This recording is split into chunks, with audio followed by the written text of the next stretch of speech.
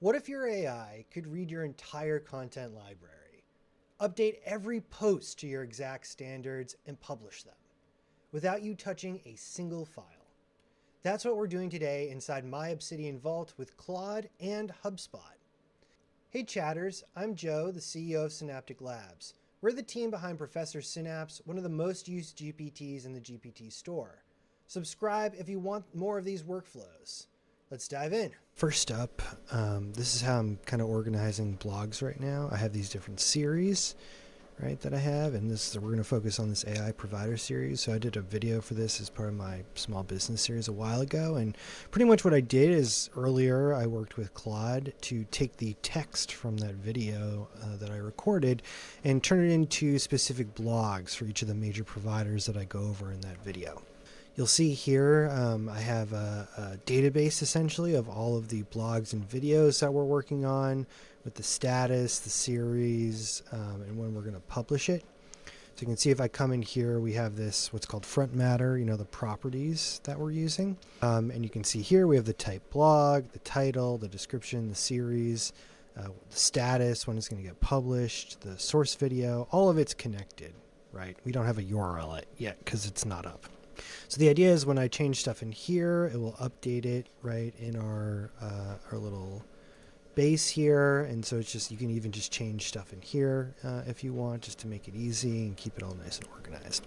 Okay, but that's not the main thing I wanted to talk about. The main thing I wanted to talk about is that, again, I have, if you don't know this, Claude hooked up to my Vault through a plugin I call Nexus that lets it read, write, edit, move, do pretty much anything a human would be able to do inside of the Vault.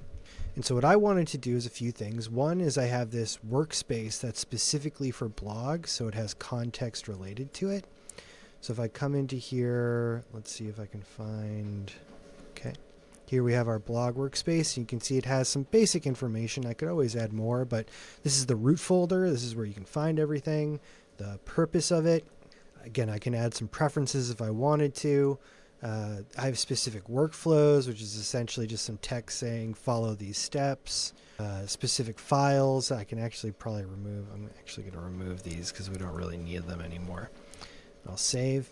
And so the idea is that whenever I tell it to load a workspace, it's going to get that information as context. So you can see here the first thing it's doing is it's getting its tools, one of them being the load workspace, and then it loads that workspace, and this is JSON, you don't need to know that, but you can see it's just getting injected the context related to this workspace that I was just showing you, including live things like the structure. Like here are literally all the blogs, which is probably too many. I probably wasted a lot of the context window.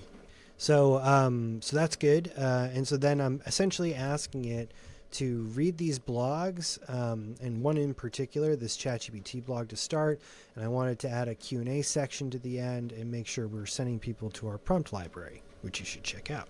So, and that's exactly what it did, right? It found and read the full post.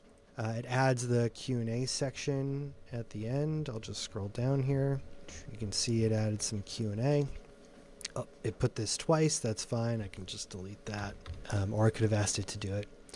So it created that, and then I also wanted it, I have a LinkedIn agent it can use. It was a really bad LinkedIn post that it had earlier. So I wanted to go back through and redo the LinkedIn post. It did a pretty good job. So yeah, it loaded its agent, it read it, and then it rewrote and updated it. So yeah, it did great. And then I noticed that it had mentioned GPT-4o, and I wanted to make sure that we're not mentioning models anywhere because these things update all the time. That was ages ago. And to send people to our prompt library and as well as our AI readiness assessment. So I went through and updated all of that, which was great. And then I have all these other posts, right? I have 1, 2, 3, 4, 5, 6, 7 other posts. So I wanted to essentially just go through and do the same exact thing. So it went through, it found all the other posts, and it did the same thing. It added a better LinkedIn post, the FAQ section, links to stuff, just updated everything for us. So yeah, you can see Claude done, Gemini, and it's rereading things, and it just went through every single one. Notice how I did not interrupt it at all and gave me this nice little, okay, this is where we're at. I also want to make sure it attached the actual YouTube video to all the posts, so it went back through and added it to all the posts. And then I did the wrong order of the post, so I needed it to update all of the properties for the dates. Again, this would have taken me, a while to go through every single individual one. It took like a minute through this. So yeah, reordered all of them, so we're ready to go. And then we have this specific way we want to get it up in blogs and HubSpot, where we host our blogs. So I have it read sort of that document first so that it knows how to structure it properly. And then it's attached to HubSpot as well. We have a HubSpot MCP that we've set up, which you can see.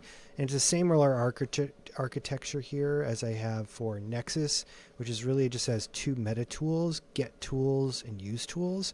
So it can just get the tools it needs and then use just those tools that it needs. It's the same with HubSpot. HubSpot has like a bajillion different things you can do. So it just grabbed the tools it needed.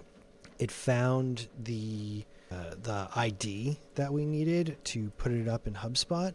And you can see here now all 7 are up in HubSpot. And there you go. We're in HubSpot. It has all of them up right now. Let's click into our ChatGPT one and see what it did here. So, yep, we got the title.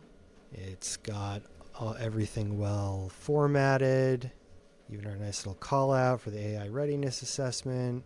The video, our frequently asked questions. And there you go. Did everything perfectly, just the way we wanted it. So this is just another example of how I'm using specifically Claude, but generative AI to help me take content that I've created in my videos, repurpose it into blogs, make sure we have a good LinkedIn post and connection to our other various things inside those blogs, and then getting it up to HubSpot all through this interface with just natural language. So I hope that's helpful. In the description, I will link to Nexus and the HubSpot MCP. It's all open source, although it does take a little bit of setting up. And yeah, let me know how it goes. This is pretty life-changing right here.